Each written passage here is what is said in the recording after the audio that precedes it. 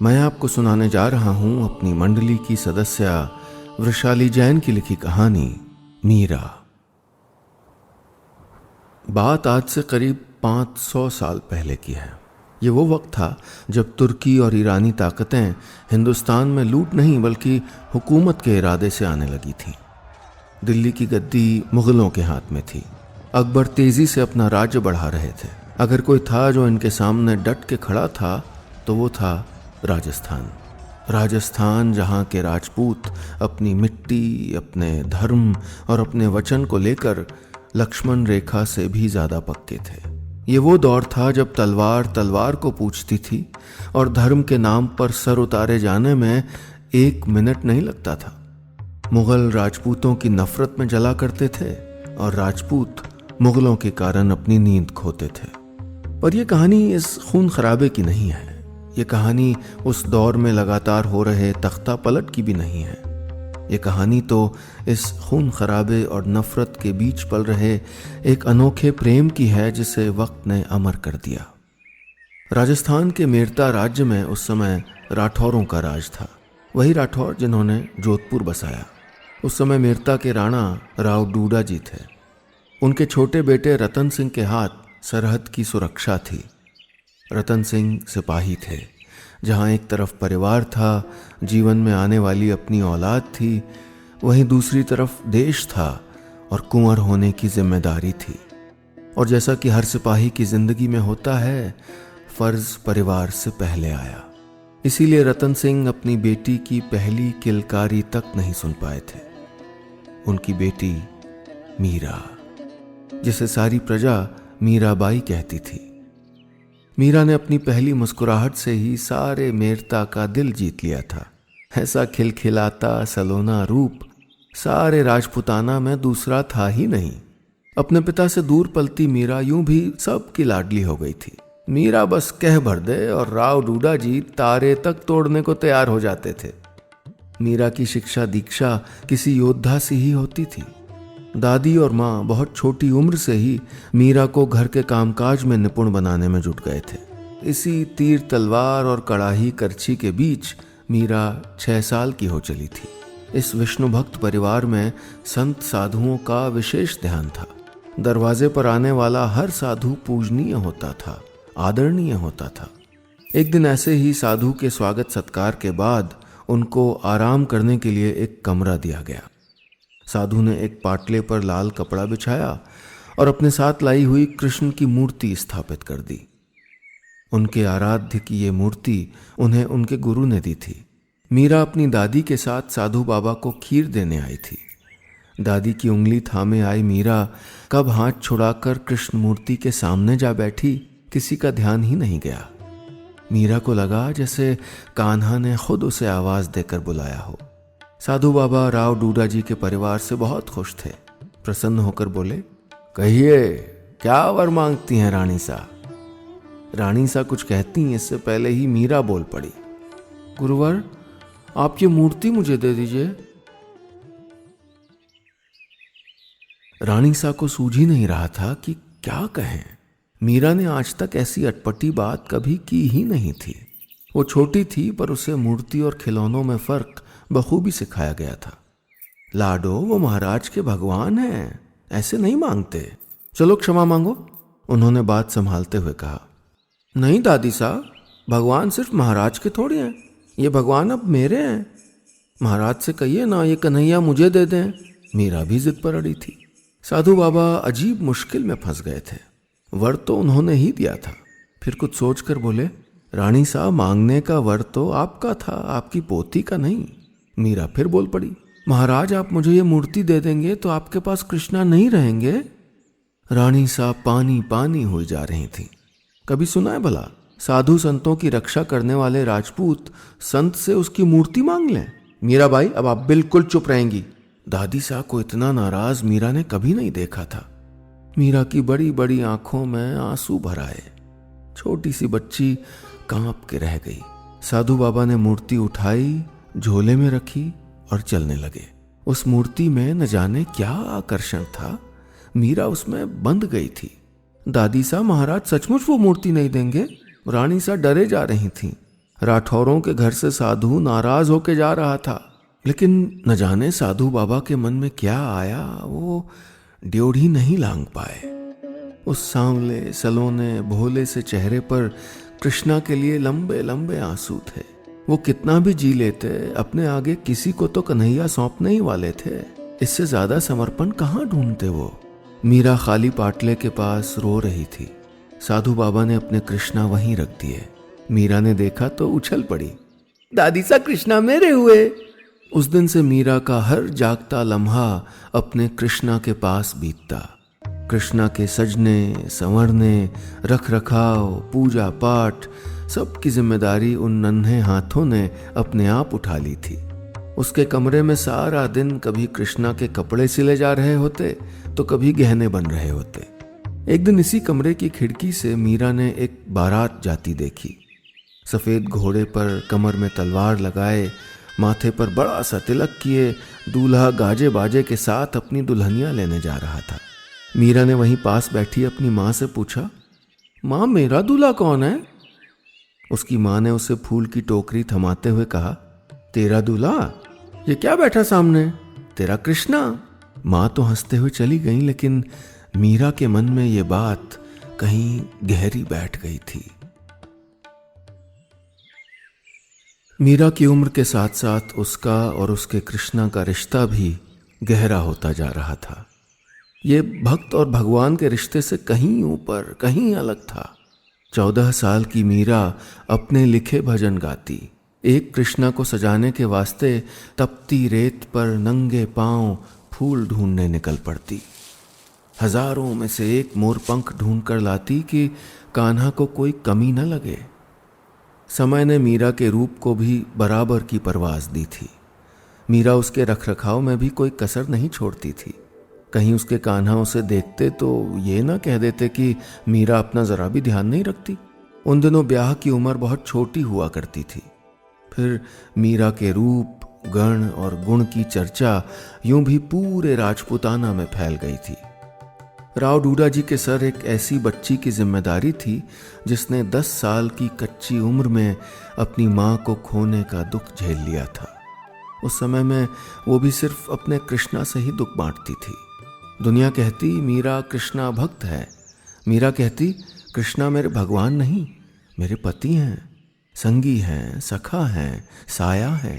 हमारा गठजोड़ तो माँ ने किया था, माँ ने ही अपना जामाता पसंद किया था। राव डूडा जी बच्ची की अटखेलियां समझ के हंस देते, लेकिन सयानी होती बच्ची की चिंता किस पिता को नहीं होती। फिर मीरा तो 14 साल की हो चली थी। राजपुताने में इस उम्र में लड़कियां विदा हो जाती थीं। ऐसा भी नहीं था कि उसके लिए रिश्तों की कोई कमी हो। रिश्ते तो राणा सा की लाडो के लिए एक से एक आए थे।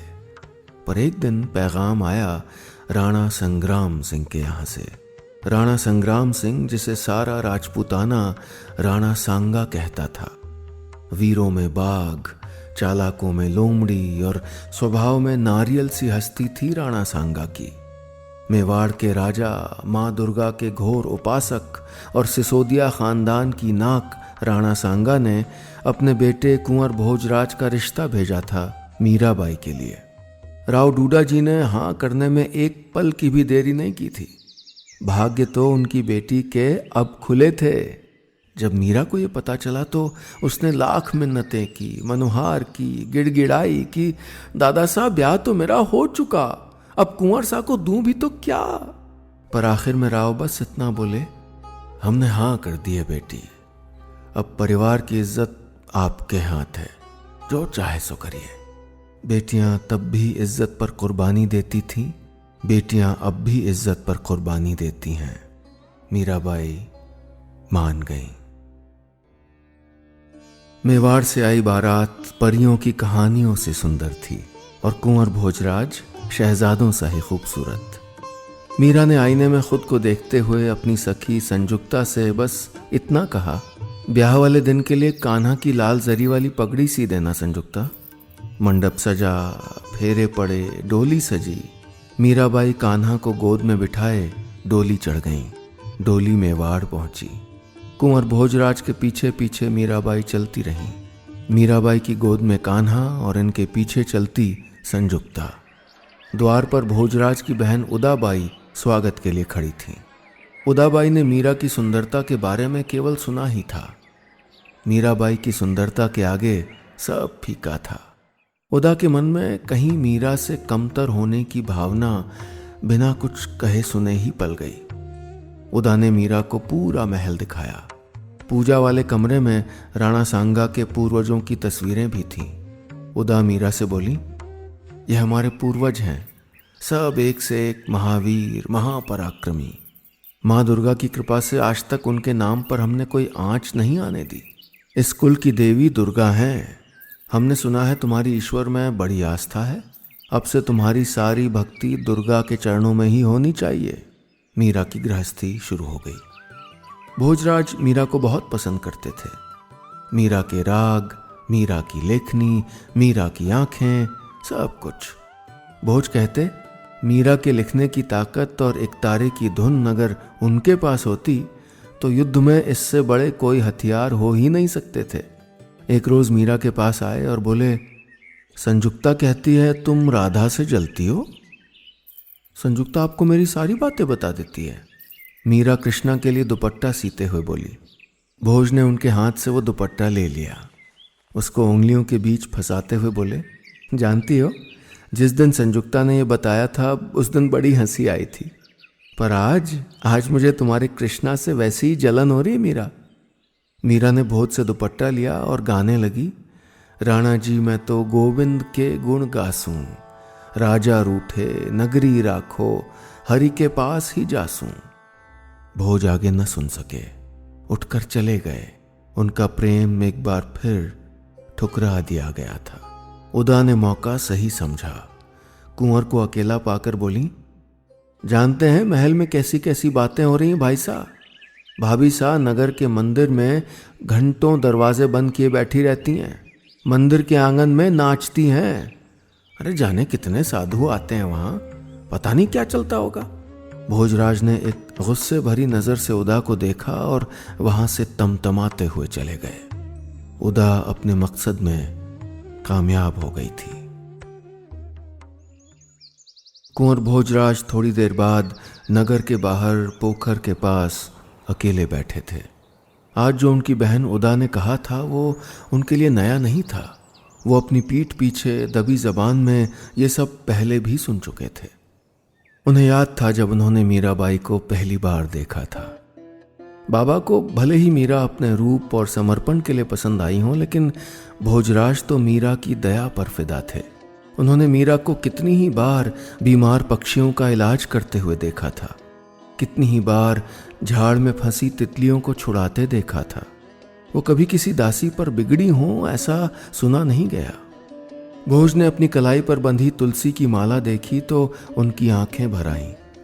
उन्होंने ही मीरा के गले से ये तुलसी माला उतार कर कहा था, मेरे नाम का मंगलसूत्र अगर तुम्हारे गले में रह सकता है तो तुम्हारी कोई निशानी मेरे साथ क्यों नहीं रह सकती। मीरा ने वो तुलसी माला अपने हाथ से उनकी कलाई पर बांध दी थी। पर समस्या तो ये थी कि मीरा की कृष्णा भक्ति महल की दीवारों तक ही सीमित नहीं थी।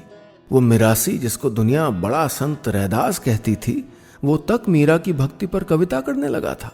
कहता था, गई कुमतिली साधु की सांगत, भगत भाई वा सांची, मीरा सांवरे के रंग राची। भोज ने तय कर लिया था कि अब वो मीरा को समझा देंगे, महल में अलग मंदिर बनवा देंगे, ये सारी जग हंसाई अपने आप बंद हो जाएगी। भोज घर पहुंचे तो कोहराम मचा हुआ था। मीरा अपने सादे वेश में आंगन के बीचों बीच खड़ी थी। राणा सांगा भयंकर गुस्से में लग रहे थे। उदा राणा के पास हाथ पर हाथ धरे खड़ी थी। राणा जी उन्हें देखते ही बोले, तुम्हारी पत्नी ने दुर्गा की आराधना नहीं की, फक्कड़ साधुओं के साथ नाची गाई, हम चुप कर गए। तुम्हारे प्रति उदासीन रही, हम उसको भी घूंट में पी गए, पर अब ये लड़की हद पार कर चुकी है। भोज देखो देखो क्या मिला है आज उसके कृष्णा की मूर्ति से। राणा जी ने भोज के पैरों के पास एक जड़ाऊ हार फेंक दिया। भोज को काटो तो खून नहीं, ये हार अकबर का था, उस धूर्त मुगल का। ये कहा, मीराबाई का कहना है कि ये सुल्तान की भेंट है कान्हा के लिए। कहती है सुल्तान कृष्ण दर्शन को आए थे।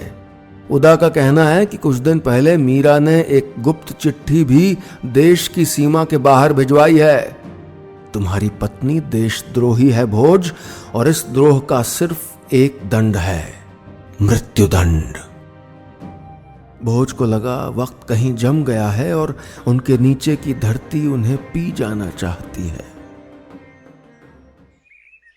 भोज बार बार मीरा का चेहरा देखते। वो अपनी मीरा के लिए कुछ नहीं कर पा रहे थे। संजुक्ता बड़े राणा के पैरों में जा गिरी। राणा जी, चिट्ठी तुलसीदास महाराज को लिखी गई थी। बाईसा ने कोई द्रोह नहीं किया, पर अब कोई दलील सुनने वाला बचा ही कहां था। मीरा भोज के पास आकर रुक गई। मुझे क्षमा कर दोगे राणा? तुम्हारी बहुत दोषी हूं मैं, बहुत दोषी। मैं तुम्हारा कुछ भी नहीं मीरा। भोज का दिल अब काबू में नहीं था। हो तुम मेरे राणा हो, पर कृष्णा मेरे ठाकुर हैं, उनको कैसे छोड़ दूं बताओ तुम। भोजराज के मन में अगर कहीं एक उम्मीद की डोर बची भी थी तो वो भी टूट गई। पर मीरा भी अपने वश में कहां थी। भोज का ब्याह एक जोगन से हुआ था।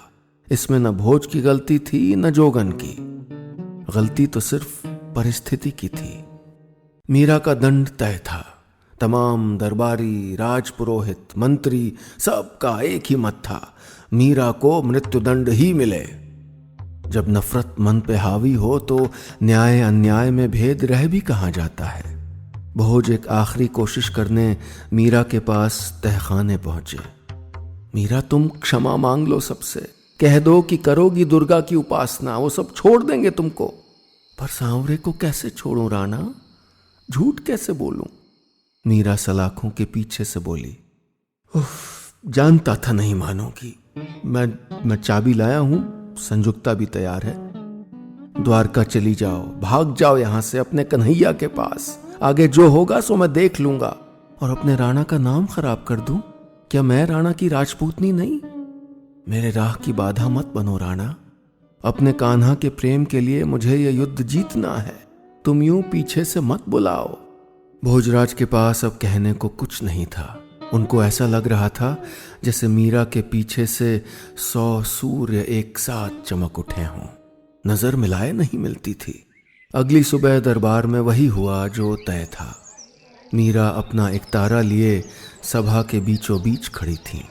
सारी प्रजा के सामने मीरा को एक जहर का प्याला दिया गया।